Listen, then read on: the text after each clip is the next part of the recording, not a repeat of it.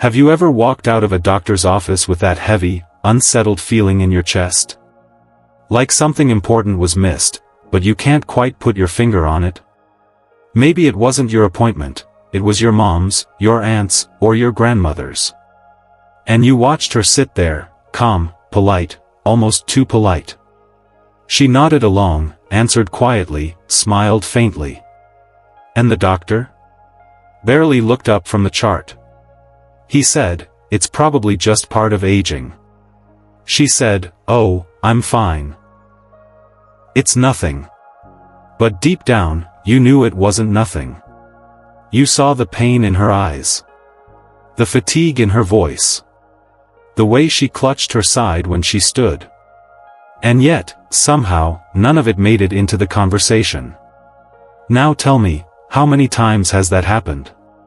See, here's the truth no one wants to say out loud: the way older women speak during medical appointments can be the difference between early care and late-stage illness. And the most heartbreaking part? It's not just what they say. It's what they don't.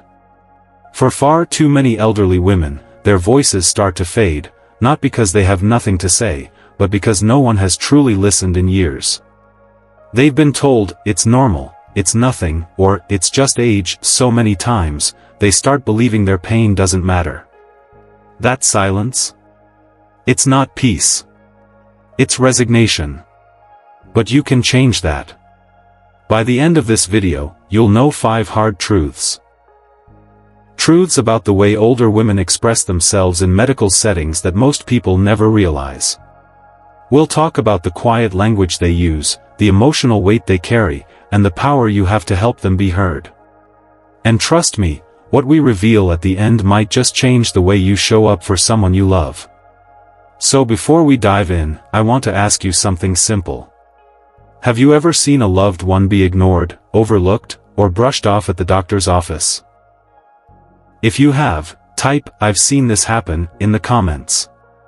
Let's break the silence together.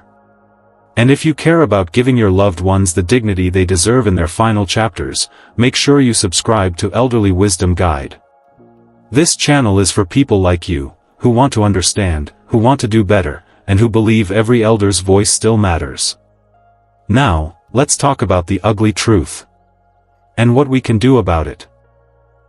Let's start with something that happens more often than you might think. Take Clara. She's 78. Sharp mind, warm smile, still bakes pies for the church every Sunday.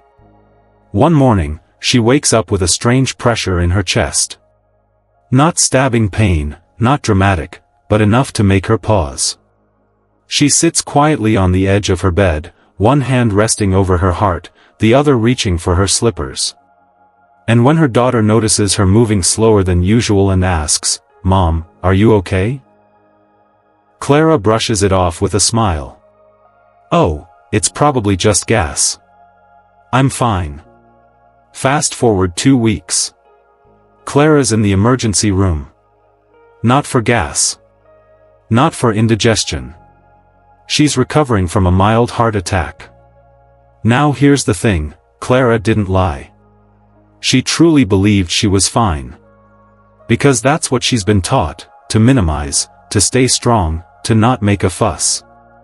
And she's not alone. Many older women, especially those from past generations, were raised to keep their discomfort to themselves. They grew up during a time when you didn't talk about your pain, especially not publicly.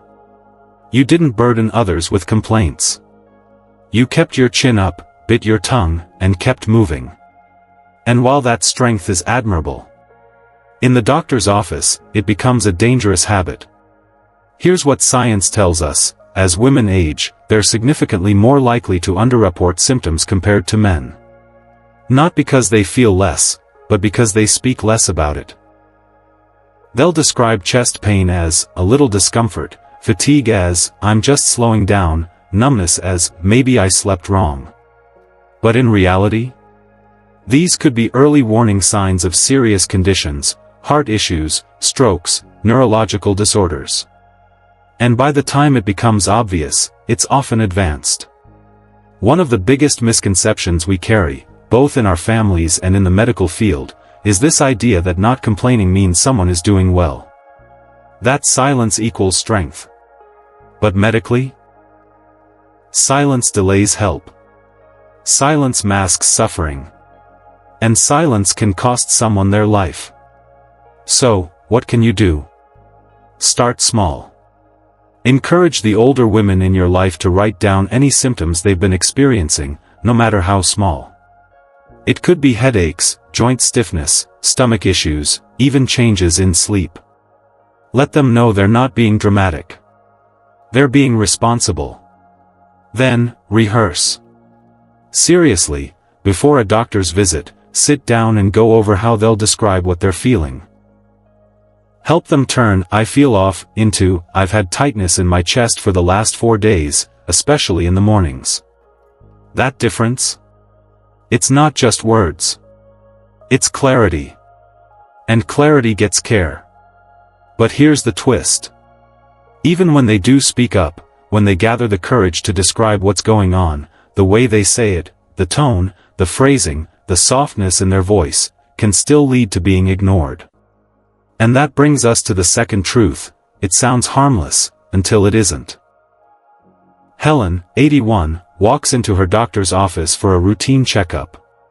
She's been having some unusual moments lately: lightheadedness, headaches, and a strange pounding in her chest that wakes her up at night. But when the doctor asks how she's feeling, Helen smiles gently and says, "Oh, I've just been feeling a little off lately. Probably nothing." That's it. No details. No urgency. No red flags. The doctor nods, glances at the chart, and moves on. No follow-up questions. No deeper check. It's not until months later, after Helen faints in her kitchen, that they discover she's been living with dangerously high blood pressure all along. Now here's the question: did Helen lie? No. She just didn't know how to say what she was really experiencing. And worse, she thought the way she said it was enough. You see, this happens all the time. Older women tend to use soft, vague language. Not because they're unsure of what they're feeling, but because they've been trained to downplay their needs. They'll say, "I guess I've been feeling a little tired.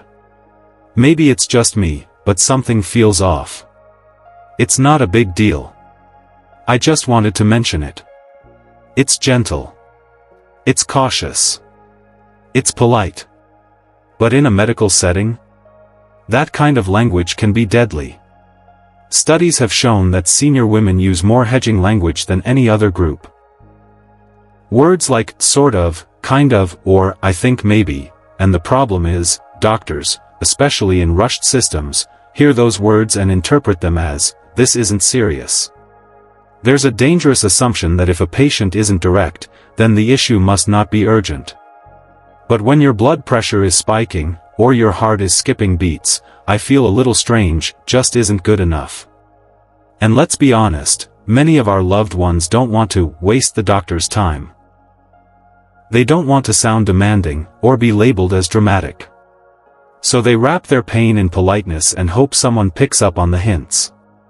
But you and I both know, doctors aren't mind readers. They rely on clear communication to make decisions that could save a life. So, here's what you can do: before the appointment, help your loved one translate those vague feelings into real, descriptive language. Instead of, "I feel a bit weird," try, "I've had dizzy spells 3 times this week. It comes on suddenly, and I have to sit down." Instead of, "My stomach's been bothering me a little," say, "I've had sharp stomach pain after eating, almost daily, for the past 2 weeks." That kind of clarity changes everything. It gives the doctor something solid to work with. It says, "This matters. Please don't ignore it." And if your loved one isn't used to speaking that way, that's okay. Practice with them. Rehearse it out loud. Write it down if needed. You're not just preparing for a checkup, you're protecting their dignity, their health, and maybe even their life. But even when the language is clear, even when the symptoms are real and described well, there's something deeper that keeps many elderly women silent. It's not about wording. It's about wounds. And that brings us to something far more complex, when their past experiences in medical settings actually shut their voices down before the conversation even begins. Marjorie is 84. She's always been active, loves gardening, still insists on sweeping her own porch. But for the last few years, her right knee has been bothering her. Stiff. Sore. Swollen. At first, she brought it up during her checkups. She told her doctor, "It's been aching more than usual. I can't kneel without wincing." The doctor glanced at her chart, offered a quick nod, and replied, "That's just part of getting older. You'll get used to it." She brought it up again at her next appointment. "Still hurts, doc. Keeps me up at night sometimes." Again, brushed aside. "Marjorie, it's arthritis. You're in your 80s. That's just how it goes." And just like that, Marjorie stopped mentioning it. Why bother, right? No one's listening. No one's taking it seriously. So she stays quiet. Smiles through the pain. Pushes the walker a little harder. Fast forward a few years, imaging finally gets done. And there it is, advanced osteoarthritis, bone on bone. The damage is severe, the pain is constant, and now, her options are limited. This isn't rare. In fact, it's a pattern seen in far too many elderly women. It starts with a few dismissive comments.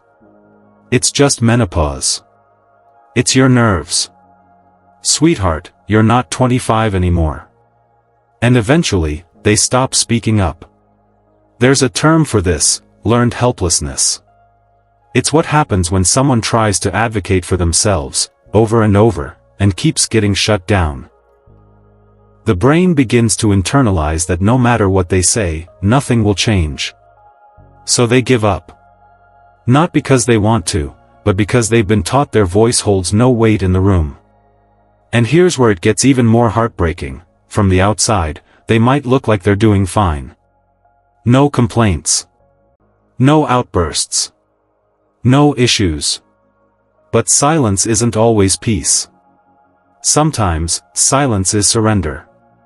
So, what can you do? First, be present. If you can, go with them to their appointments. Or call in. Or follow up.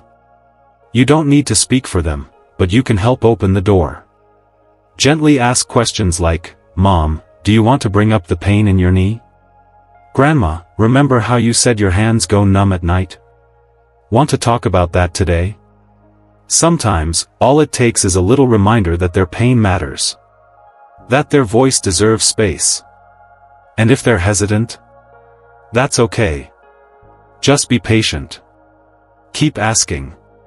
Keep noticing. Keep believing them.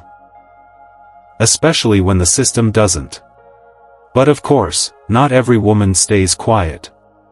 Some get tired of being ignored. Some finally do speak up, loud, clear, and direct. And yet, when they raise their voice, a new challenge begins. Because instead of being taken seriously, they're met with judgment, resistance, even labels.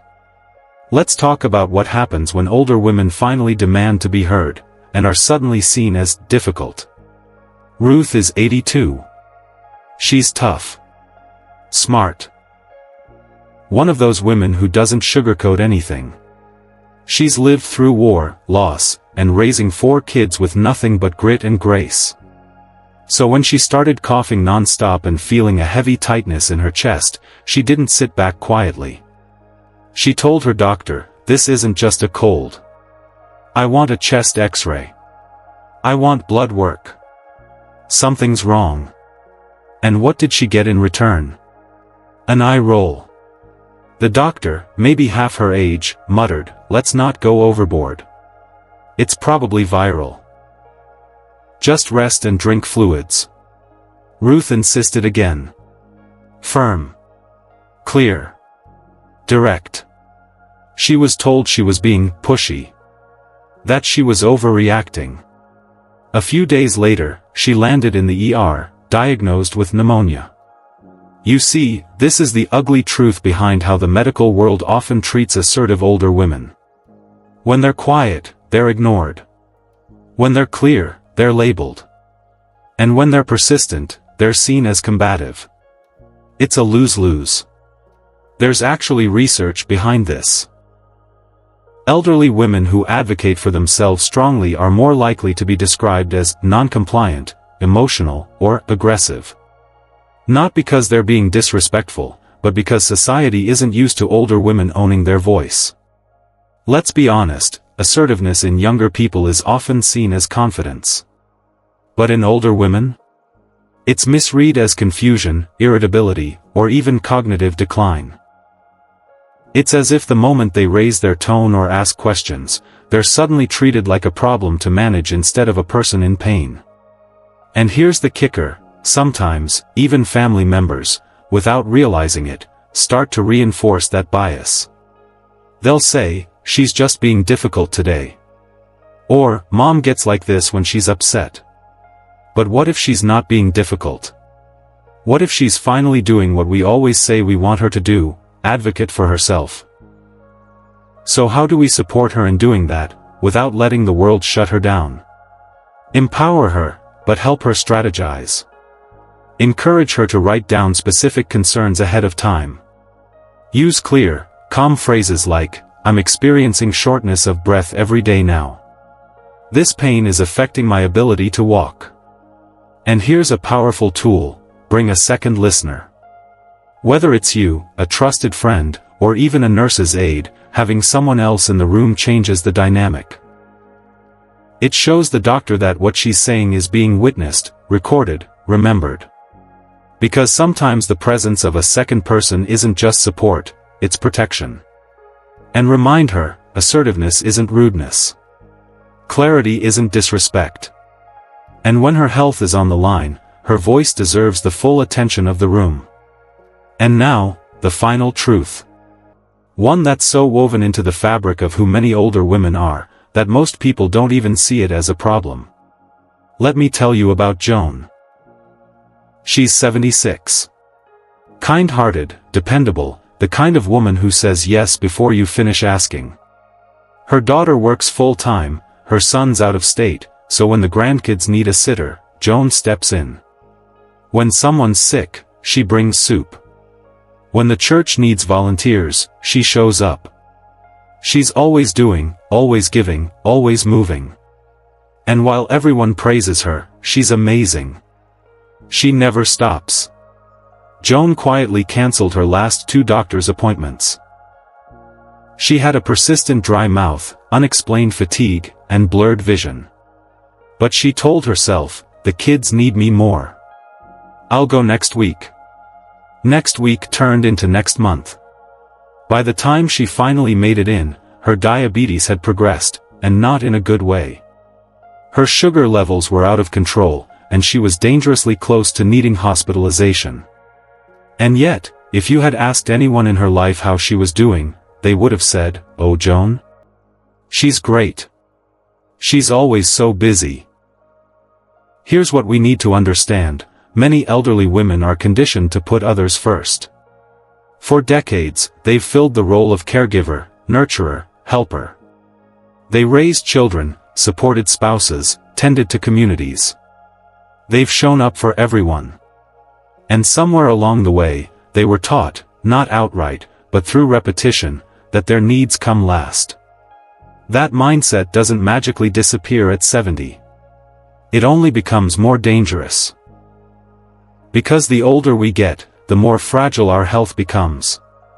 And delaying care, skipping checkups, ignoring warning signs, pushing through pain, can turn something manageable into something irreversible. But this is the heartbreaking part, most of them don't see it as neglect. They see it as loyalty. As love. As what they're supposed to do. And families? We often misread the silence. We think, she hasn't said anything, so she must be fine. Or worse. She's always been strong. She can handle it. But strength doesn't mean she's okay. And silence isn't proof of health. It's often just the background noise of a lifetime spent putting others ahead of herself. So, what can you do? Start by reminding her, gently, often, that her health matters. Not just for her, but for the people who love her. Because you can't pour from an empty cup. And the woman who spent her whole life giving? She deserves to receive, too. Tell her, your health is your legacy. The better you feel, the longer we get to enjoy your wisdom, your warmth, your stories. Because caring for herself isn't selfish, it's a gift to the people who still want her here. And maybe, just maybe, she needs someone to finally say that out loud. Now that we've uncovered these 5 uncomfortable truths, let's talk about the emotional weight all of this carries. The toll it takes when you're watching someone fade into silence. Or worse. Fade into illness, simply because no one gave her space to speak. It's painful, truly painful, to watch someone you love be silenced, ignored, or dismissed. Especially when you know how much they've given. How many birthdays they planned. How many nights they stayed awake rocking someone else to sleep. How many sacrifices they made quietly, without applause, without ever asking for recognition. And now, they sit in a cold exam room, in a paper gown that doesn't cover their dignity, struggling to find the right words for a pain that's been brushed off too many times. It's not just frustrating. It's heartbreaking. Because all they really want, is to be seen. Heard. Respected. Valued. Not as someone who's old, or confused, or past their prime. But as a full human being with thoughts, concerns, and a voice that still matters. But here's the part that shifts everything. Knowing the truth gives us power. Real power. Because once you see the pattern, you can change it. You can interrupt it. You can walk into that doctor's office with a new kind of clarity. You can help her prepare, help her speak up, help her ask the questions she's been holding back for years. You don't have to wait for the system to change. You are the change. Start simple. Sit down with your mother, your grandmother, your aunt. Ask them how they really feel about their last visit. What didn't they say? Is a step toward restoring something sacred, their dignity. And that dignity? It matters more than any prescription. More than any chart or scan. It's the heartbeat of real care. And it starts with listening. So today, we uncovered 5 uncomfortable truths about how older women communicate with their doctors, and how those patterns can silently affect their health, minimizing or downplaying symptoms. Using vague or softened language. Staying silent after years of being dismissed. Being labeled difficult when they're assertive. Prioritizing others above their own well-being. These aren't just communication habits. They are survival strategies, rooted in decades of culture, experience, and silence. But now that we know, we can begin to undo the harm. So, I want to hear from you. Which of these truths felt familiar? Have you seen any of this play out in your own family? In someone you love? Share your story in the comments below. Because what you say, your voice, might give someone else the courage to speak up for the first time. And if this message resonated with you, if it made you think about your mother, or your neighbor, or even yourself, please subscribe to Elderly Wisdom Guide. Here, we talk honestly. We hold space for what's hard. And we celebrate the quiet strength of aging with grace and intention. Click like if you found this video helpful, and share it with someone who might need to hear it. You being here, listening all the way through, means that you care. Deeply. So, thank you. For your heart. For your time. For being someone who sees the value in every stage of life. Stay strong. Stay informed. And above all, remember this, every voice matters. No matter the age. I'll see you in the next video.